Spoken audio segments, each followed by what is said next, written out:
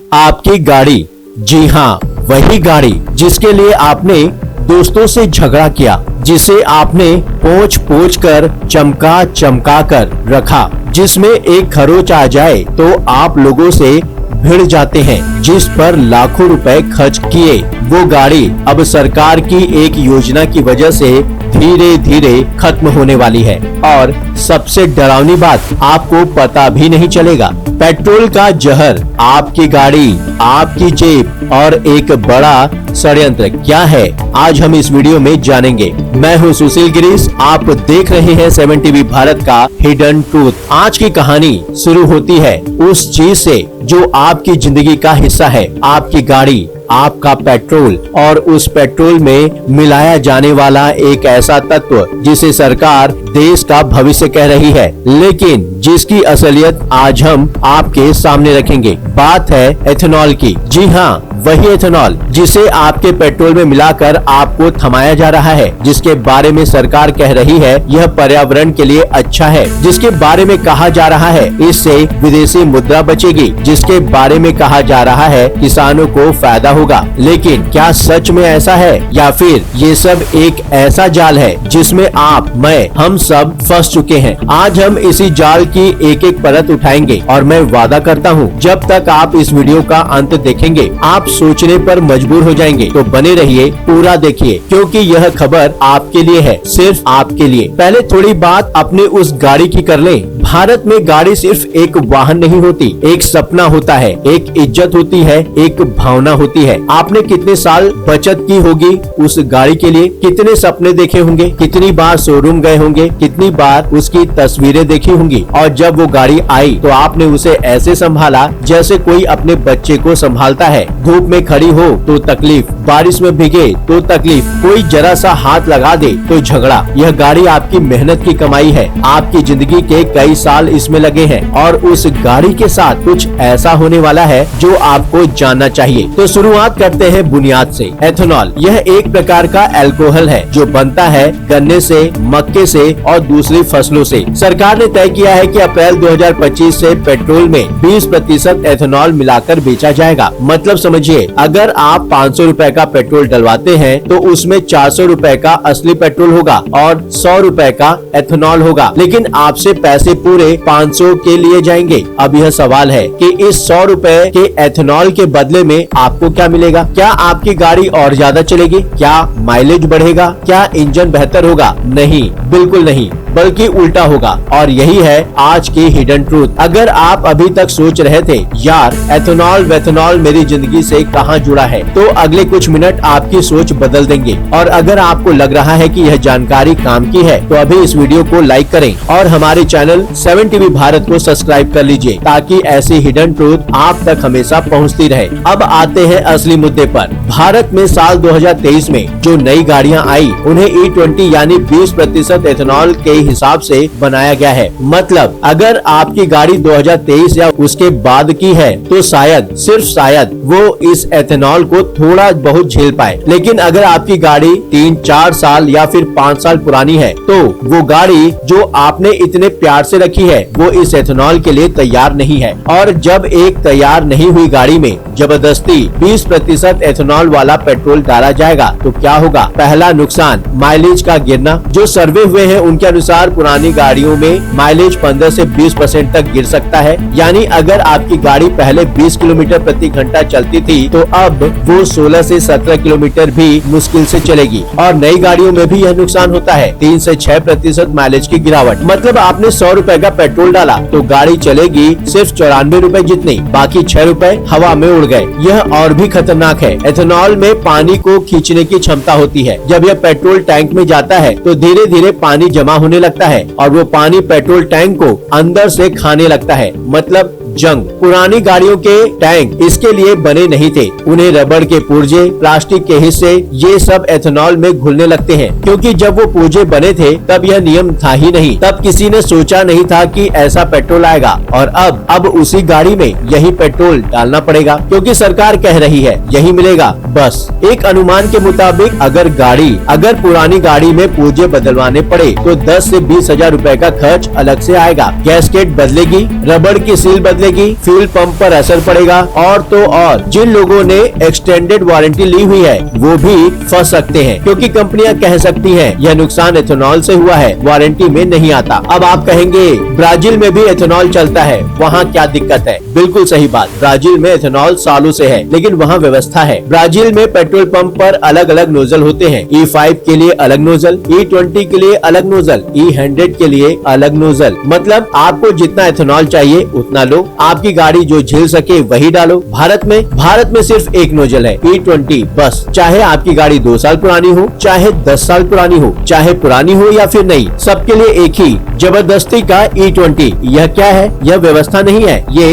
बेड़ियां हैं। मैं आपसे सीधा सवाल पूछता हूँ, क्या यह सही है? क्या जनता को यह हक नहीं है कि वो जाने उनके पेट्रोल में क्या मिला है, उनकी गाड़ी के लिए क्या सही है? और क्या जनता को यह हक नहीं कि वो चुन सके कितना एथेनॉल चाहिए उन्हें? लेकिन यहाँ तो चुनाव ही नहीं है। अब आते हैं सबसे बड़े सवाल पर, यह एथेनॉल नीति किसके लिए बनी है? सरकार कहती है इससे विदेशी मुद्रा बचती है, इससे पर्यावरण बेहतर होता है, इससे किसानों को फायदा होता है। एक एक बात को देखते हैं। ठीक है, मान लीजिए 20% कम पेट्रोल इंपोर्ट होगा तो कुछ डॉलर बचेंगे, लेकिन अगर आपकी पुरानी गाड़ी का माइलेज 20% गिर गया तो अब उसी दूरी को तय करने के लिए आपको ज्यादा पेट्रोल डलवाना पड़ेगा। मतलब पेट्रोल का इंपोर्ट उतना ही रहेगा या शायद बढ़ भी जाए, तो विदेशी मुद्रा बची कहाँ? दूसरा, पर्यावरण बेहतर होगा। वैज्ञानिकों ने इस पर स्टडी की, उन्होंने पूछा एथेनॉल बनाने के लिए कितना जमीन का पानी खर्च होता है। जवाब आया बहुत ज्यादा। गन्ना उगाओ पानी चाहिए, मक्का उगाओ पानी चाहिए, और जब जमीन के अंदर का पानी खींचेगा तो आसपास के किसानों को भी अपनी फसल के लिए और नीचे से पानी खींचना पड़ेगा। इसके लिए ज्यादा बिजली खर्च होगी, फसल की लागत बढ़ेगी, और पेड़ काटोगे तो पर्यावरण को नुकसान होगा। तो पर्यावरण बेहतर हुआ या फिर बदतर? तीसरा, किसानों को फायदा होगा। यह सबसे बड़ा भ्रम है। हाँ, शुरुआत में किसान को लगेगा अरे वाह, गन्ना और मक्का बेचूंगा, पैसा मिलेगा, लेकिन होगा क्या? किसान उसी जमीन पर गेहूं छोड़कर एथेनॉल के लिए गन्ना और मक्का लगाएगा। उस जमीन पर गेहूं कम होगा, गेहूं कम होगा तो बाजार में कम आएगा, बाजार में कम आएगा तो दाम बढ़ेंगे, दाम बढ़ेंगे तो आम आदमी की थाली महंगी हो जाएगी। मतलब जो अनाज देश के लोगों का पेट भरता था वो अनाज अब गाड़ियों के टैंक में जाएगा। यह खाद्य सुरक्षा के लिए सीधा खतरा है। तो हर तरफ से देखो, आम जनता को नुकसान, सरकार को नुकसान, किसानों को दीर्घकालीन नुकसान, पर्यावरण को भी नुकसान। तो फायदा किसे? जो डिस्टिलर्स हैं, मतलब जो कंपनियां एथेनॉल और अल्कोहल बनाती हैं, उनकी जिंदगी में इन दिनों बाहर ही बाहर है, क्योंकि उनका माल अब सरकारी आदेश से हर पेट्रोल पंप पर, हर गाड़ी में डाला जाएगा। उनके लिए एक गारंटीड मार्केट बन गई है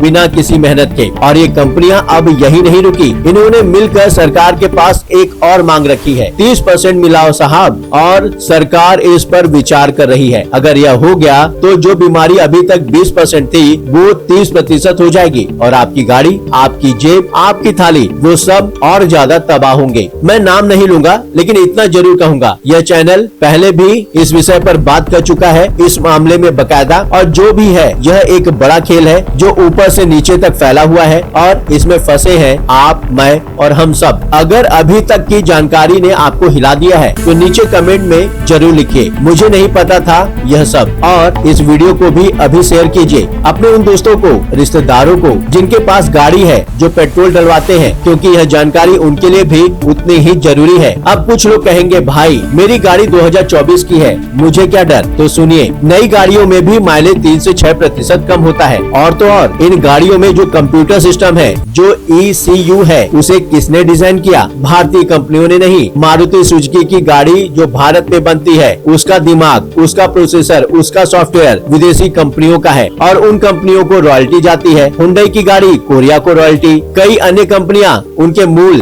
देशों को रॉयल्टी। मतलब एक तरफ से आप एथेनॉल के नाम पर विदेशी मुद्रा बचाने की बात कर रहे हो, और दूसरी तरफ से उसी गाड़ी के जरिए विदेश में पैसा जा रहा है। यह कौन सी अर्थव्यवस्था है? यह कौन सी नीति है? और अब एक और पहलू आपने देखा होगा, देश में हर जगह सोलर फार्म लग रहे हैं बड़े बड़े खेतों पर। अब एक तरफ सोलर फार्म के लिए खेती की जमीन, दूसरी तरफ एथेनॉल के लिए खेती की जमीन। जब दोनों तरफ से खेती की जमीन घटेगी तो खाने के लिए अनाज कहां से आएगा? किसान खाली जमीन नहीं छोड़ता, लेकिन जब उसे लगेगा एथेनॉल वाला गन्ना बेचकर ज्यादा पैसा मिलेगा तो वही करेगा और धीरे धीरे गेहूं कम होगा, चावल कम होगा, सब्जियां महंगी होंगी और आपकी थाली वो महंगी होती जाएगी रोज, हर महीने, हर साल। मैं आपसे एक सवाल पूछता हूँ, जब सरकार किसी नीति को बनाए तो उसका फायदा किसे होना चाहिए? देश के आम नागरिक को। लेकिन अगर हर कोण से देखें, हर नागरिक को नुकसान है, किसान को दीर्घकालीन नुकसान है, पर्यावरण को भी नुकसान है, तो यह नीति किसके लिए बनी है? यही है हिडन ट्रूथ। अब थोड़े आंकड़े देखते हैं, साफ और सीधे। पहला, पुरानी गाड़ियों में माइलेज में गिरावट 15 से 20%, नई गाड़ियों में भी माइलेज में गिरावट 3 से 6%। पुरानी गाड़ियों में पूर्जे बदलवाने का खर्च 10 से 20 हजार रूपए अलग से।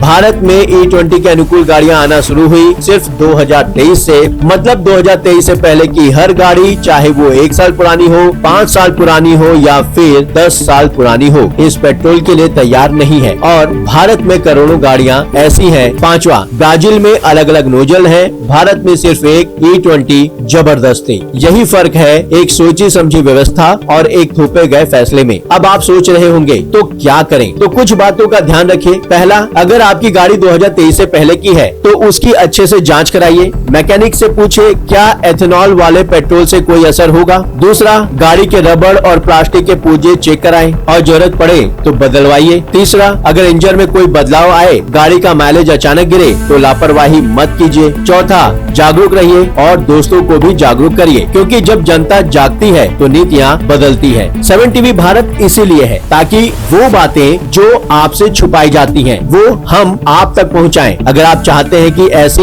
हिडन ट्रूथ आप तक आती रहे तो अभी चैनल सब्सक्राइब कीजिए, बेल आइकन दबाइए ताकि कोई भी वीडियो मिस न हो और यह वीडियो शेयर कीजिए अपने उन सभी दोस्तों और परिवार के साथ जिनके पास गाड़ी है, जो पेट्रोल डलवाते हैं, जो सच जानना चाहते हैं। नीचे कमेंट में बताइए, क्या आपको पहले से पता था एथेनॉल का सच? आपके कमेंट हमारी ताकत है। अब मैं एक आखिरी बात कहना चाहता हूँ, हम सब विकसित भारत का सपना देखते हैं, हम सब चाहते हैं कि देश आगे बढ़े, हम सब चाहते हैं कि देश आत्मनिर्भर बने, लेकिन आत्मनिर्भरता का मतलब क्या है? क्या यह कि एक तरफ एथेनॉल के नाम पर आम जनता की गाड़ियां तबाह हो? क्या यह कि किसान की खेती की जमीन अनाज उगाने की बजाय गाड़ियों का ईंधन बचाए? क्या यह कि जनता को बिना विकल्प के एक नीति पर थोप दिया जाए? अगर यही विकसित भारत है तो यह सवाल हर नागरिक को पूछना चाहिए, हमारे नेताओं से, हमारी नीतियाँ बनाने वालों से और उन लोगों से जो इन नीतियों के पीछे अपना फायदा देख रहे हैं। आपने इस वीडियो से जो जाना है वो सिर्फ एथेनॉल की कहानी नहीं है, यह उस सिस्टम की कहानी है जो आपको बताता कुछ है और करता कुछ और है, जो आपकी जेब से पैसा निकालता है, जो आपको लगता है और आपको लगता है यह तो देश के लिए हो रहा है। आपकी गाड़ी आपकी मेहनत है, आपका पैसा